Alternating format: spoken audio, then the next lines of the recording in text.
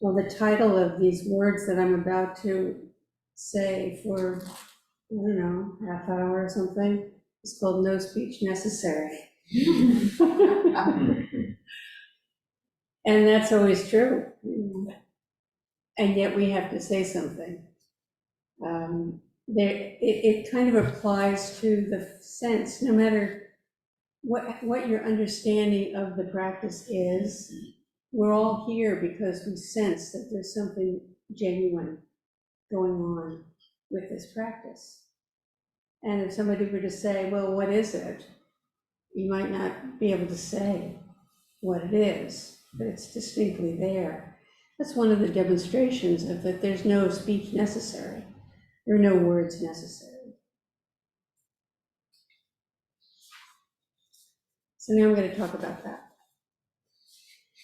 In our Sunday service, we recite some of the names of the early lineage. And you may recall the name Mahakashyapa. It's fun to say, Mahakashyapa. This was the first disciple of the Buddha who realized the full meaning of his teaching. He realized what the Buddha realized. And as the story goes, the Buddha was giving a talk to an assembly. Many people had gathered to hear this teacher whose fame was spreading on Mount Buddhakutra. And he held up a flower, Udambara flower, which is the flower of the ficus. And ficus is the Bodhi tree. It's one of the native forms of that family. We have different forms here, ficus. Well, he held up the flower, and everybody was like, But Mahakashyapa just smiled with full recognition that this was the Dharma talk. This was the Buddha was demonstrating the true Dharma. So he smiled. What was that smile? And what did he see? And what did the Buddha notice about the smile? And later on he said, I transmit the Dharma to Mahakashyapa. That wasn't an act particularly, that was just an acknowledgement that he recognized that what he had to demonstrate was understood, was received, was fully received. Right? And that's just what that word transmission is all about. So what the Buddha was confirming was that Mahakashyapa had a simultaneous, instantaneous understanding, which is what we feel when we're talking to somebody and we know exactly what they're talking about. We're receiving, we're of one mind. And just the flower, just this flower. Is it really this simple? Is it really this simple? We were on we had a Kinhin session yesterday, and during a number of these sections of the path, there were these minute yellow flowers that were just standing there right in the middle of the path. And I thought of this instance where the Buddha held up a flower, because that's the face of every living thing around us.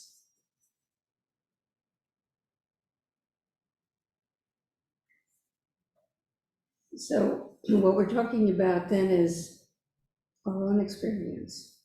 Mahakashyapa was completely aligned with his own experience, which was in line with what the Buddha was pointing to.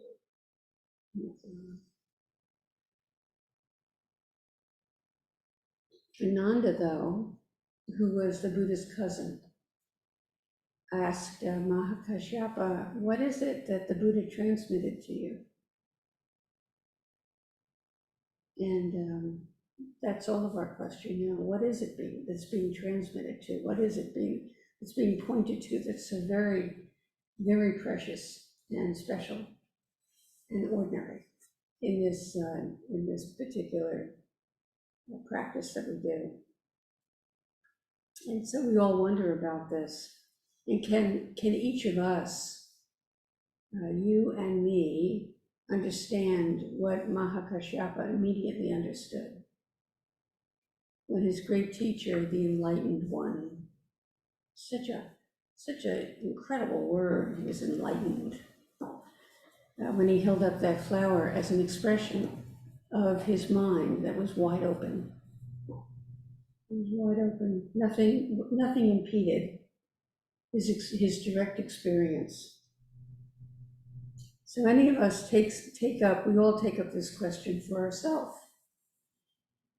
By going outside, we can do it all the time. It's the beauty of outside walking meditation, because it's kind of the perfect setup for being very, very present, embodied, upright, awake, to appreciate what is right alive as part of our wholeness each moment. Being intimate with the one little flower, or the crunch of the gravel right under our feet. Barefoot, not so crunchy, but just sharp. So we can so easily take for granted what is keeping us company in this life and what's part of our life. And we can do this practice of appreciating the flower before us with any object in our life. So how well do you know your hairbrush? You can contemplate your hairbrush and the whole world will be presented. It expresses the entirety, right? Or your bicycle. You're just relating to the bicycle in certain ways.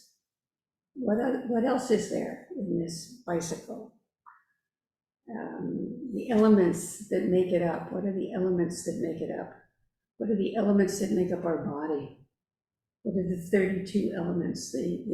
Someplace in the sutra, the Pali Canon, the Buddha goes through the 32 parts of the body, the 32 elements. Well, we know there are vastly more than that. Or what make up our tools, the tools that we use, especially when we use them skillfully in our jobs, in our work. The skills that we gain come from using our tools over and over and over and over in all kinds of situations, states of mind, assignments, goals. And through that, we really come to know their nature. The first time you ever cooked, it was one experience. But if you've been cooking for 50 years or 80 years, it's a whole different, it's a very intimate, this profound intimacy with practically every aspect, every ingredient. You know its character, you know its relationship to all the other ingredients and what's gonna come out of that. And also you recognize there may be surprises. Suddenly you're cooking in Colorado, and it takes a lot longer to bake a cake in Colorado because the air pressure is different. So there are always surprises. And just as, do you know yourself? How well do you know yourself? Well, I propose that, we are all working on inquiring into what our experience is, what are all of the elements that make up the self. But that continues to unfold as conditions progress as we get older.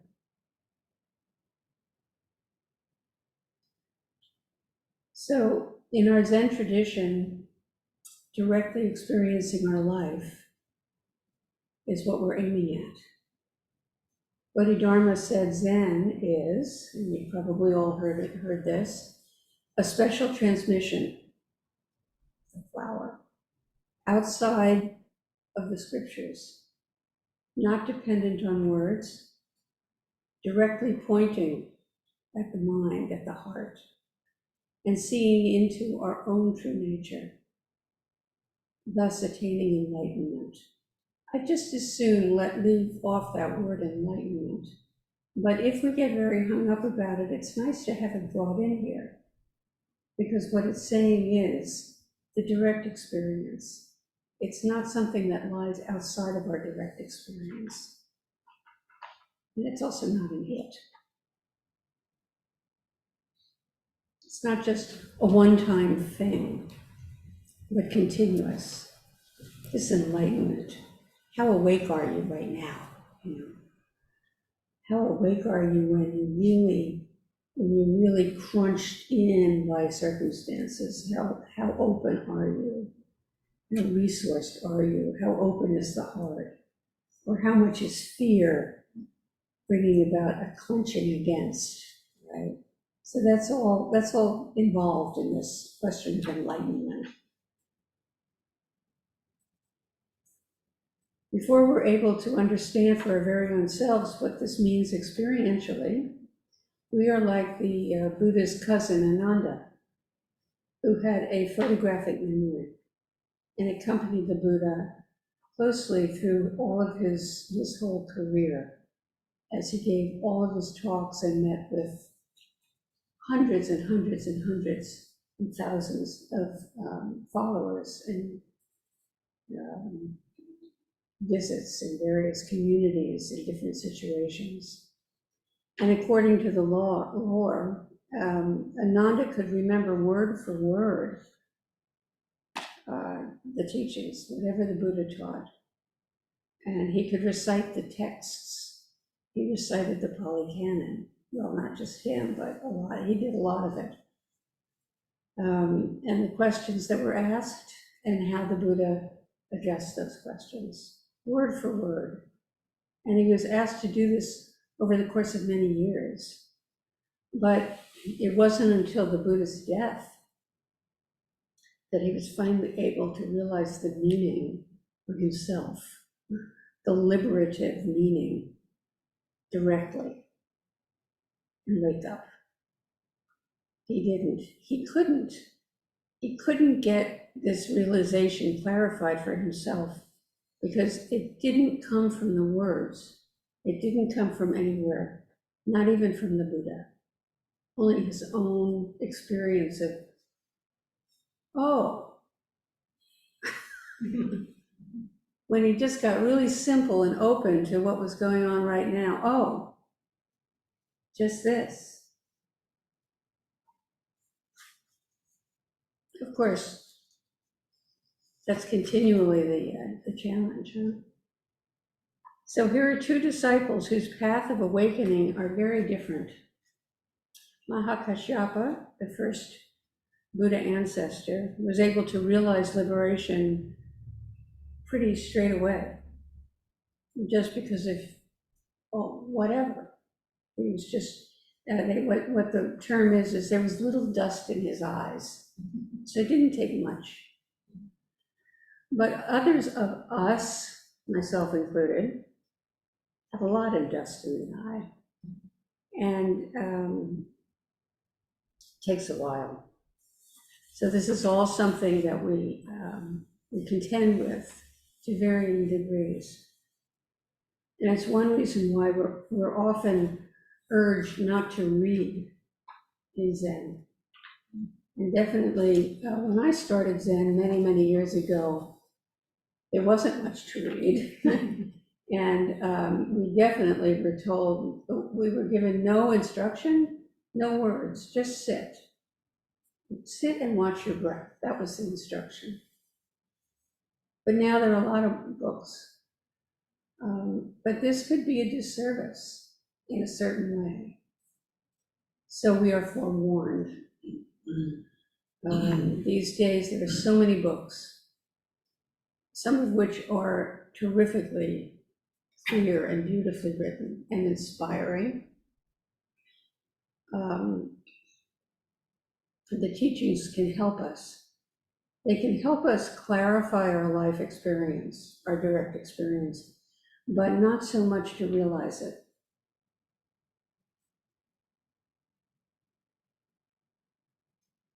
that the things that we read help us clarify, but not to realize.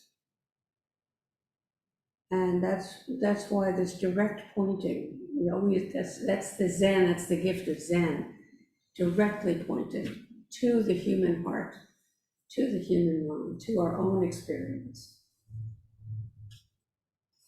So you're probably all familiar with the story of how Bodhidharma faced the wall in meditation for 9 years. 9 years. He meditated for 9 years. Some of us can barely hold still for 20 minutes. So there was something going on there for Bodhidharma. We have something called the Bodhidharma Session. We've never had one here because this Sangha was not quite ready for it yet, but one Sunday we'll do it. A Bodhidharma Session is we just sit. There's no work practice, there's no Dharma talk, there's no Sanzen, you just sit. You sit together for many, many hours during the day. Sitting and walking meditation. And of course, eating.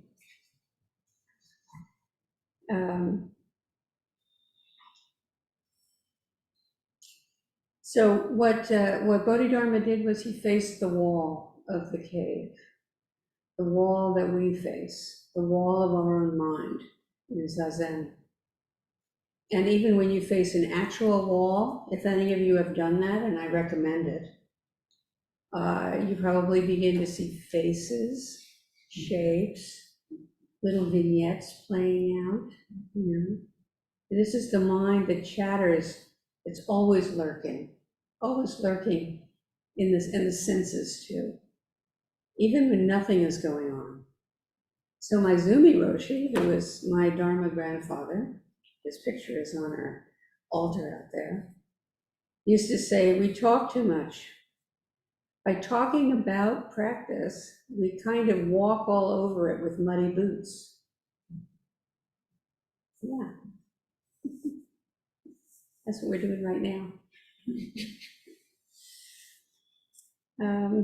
So he was pointing directly to the heart of practice, facing the wall of our own experience, just this. You quiet down. Even if you don't even know what to do, if you just sit and you sit still for a period of Zazen, you quiet down. Even if you're sitting there restlessly, you're quieting down. The truth is always revealing itself. The true nature of this moment is always right before us, above us, behind us, around us, within us, outside of us. All of our words, all of our thoughts, all of our concepts and activities capture our attention and cover over actual direct conditions. Our thinking mind is busy. I mean, that's its job. And is distracted by interpretations and shadowed by past experiences, beliefs, decisions, identities, judgments. So one of the things that we do when we're sitting and quieting down is we're getting a glimpse of awareness mind, not just thinking mind. Awareness is way bigger. Yesterday we were sky gazing on this Kinhin session.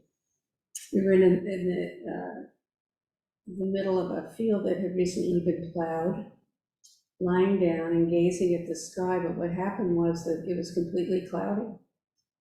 You know, when you do sky gazing, you kind of want it to be blue with dragons and elephants and things going over completely. But at one point, fairly quickly, I looked over and I saw an eye. It's like an eye had opened and there was blue sky. And after a while, it wasn't there anymore. But then it started to started to clear. Slowly, slowly, slowly, the clouds parted in various places. And it just seems like that's exactly what we're doing in this practice. We get a little glimpse that lets us know there's something vast beyond what's right up here, taking up all of our attention. There's something spacious and worth getting a bigger look at. So then I wanted to mention to the second Zen ancestor, Wike. He was the ancestor after Bodhidharma, sorry. He's the one who requested the teachings of Bodhidharma while he was sitting in the cave. He came up, and you may know that story. Bodhidharma just ignored him. Wike didn't give up, he just kept standing there for 3 days or something like that. And Bodhidharma just ignored him. He kept ignoring him. And, but Wike was really determined. And even as the snow began to fall and deepen around him through the night, he stayed put. And still Bodhidharma ignored him. So Wike cut off his arm.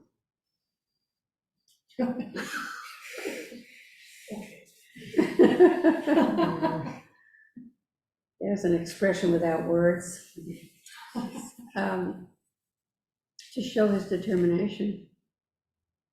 And this is a story of great determination and great fortitude and stick-to-itiveness. This is the kind of determination that we take up practice with. This practice is not a casual request. Suzuki Roshi said of this practice that it is our inmost request. I love that phrase. This is our inmost request. Some of you talk about spiritual longing. I think that's another way of talking about our inmost request. Because we know our spiritual enormity, and yet don't quite know how to tap into it.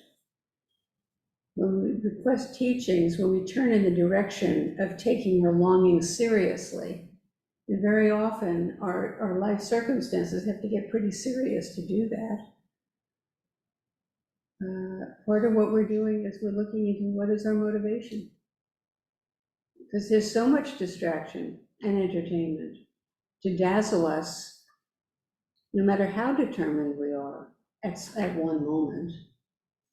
The dazzle of politics, the dazzle of environmental degradation, the dazzle of climate change, the dazzle of all the cruelty and abuse all around us, the idiocy of the public sphere in so many ways.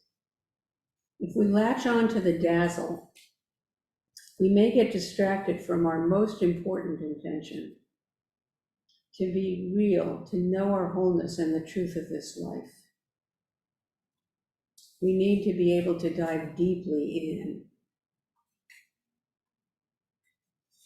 so we can regard all that dazzle as a motivation to dig in and be constant in our determination and in our practice, no matter what. Clear the mind, to open the heart, and to not get swept away by our own reactivity, but turn the energy into great determination to get clear about the nature of all this trouble in the world, and maybe in our own lives, in our own selves, our own hearts. The Buddha traced it all back to the condition of our mind. What conditions do you identify with beside the condition of the body? Do you identify with your greed? Do you identify with your hostility? Fearful? fear, anger, self-righteousness, best opinion, right? This is a view that clings to self, the I know self, and turns away from the work of continual engagement and investigation into our lives. So what else is there that I'm not aware of? What other conditions are there? So one of the things that we may include in our motivation is to really honestly be able to spend some time in not knowing, to come around always to not knowing, especially when we really are grabbed by an opinion, to recognize, oh yeah, this is an opinion, and to really be present with the experience of opinion. There's nothing wrong with opinion. I'm not saying you shouldn't have opinions, but that's what going deeper it refers to. It's just realizing what it is that we're in the grips of at any one moment, so that we have an openness to what else there might be that we want to be aware of also. We want to be inclusive. So just like week A, we need to be able to cut off a lot. Let go and open up. To start from scratch, each moment, each step. And receive what comes our way and let go of our notions of ourselves and how we think things should be again and again and again. This practice is very humbling. Are you willing to be humbled? Are you willing to know your shame, your embarrassment? Because that's where the clinging happens. Are you willing just to be seen? And once you're willing to be seen, the freedom is amazing and the love is available. Actually, they kind of go together. I think in a certain way, not being willing to be fully seen is one way that we cut love off from our lives. So we have a precept ceremony coming up next Sunday. Instead of a Dharma talk, we're going to have a precept ceremony. And 10 of you will be receiving the first 5 precepts, and then 2 will be receiving the 16 precepts, which is called Jukai. And Jukai is a refuge ceremony, taking refuge in the Buddha. So when you take the 16 precepts, you're being adopted into the Buddha family. 5 precepts are held universally by practically every spiritual tradition in the world, actually. And they're very sound ground for cleaning up your act so that you don't walk around feeling like you're cheating in some way. You can just really hold steady because you know you're behaving according to a standard that is very taking care of your effects on everybody in the world. So this ceremony marks commitment in front of the Sangha to awakening, the path of awakening, for the sake of all beings who share this life. When Buddha held up the Udambara flower, he proclaimed that right here is our life, right here. This is the flower of our life. The precepts proclaim right here, in everything we do and say and think, is where we are either awake or still caught in our own desire and clinging. So what is it that we have besides our speech, besides our words? Action, experience. This is the way that we practice and manifest awakening. Realizing this is just the beginning. Practicing it is the way, capital W, is the great way, the Bodhisattva way. When we put into practice everything that we realize, that we're realizing, that we continue to realize, then we are actually following the Buddha way. Thank you for listening. I hope there is something in all of these words that goes directly to your heart.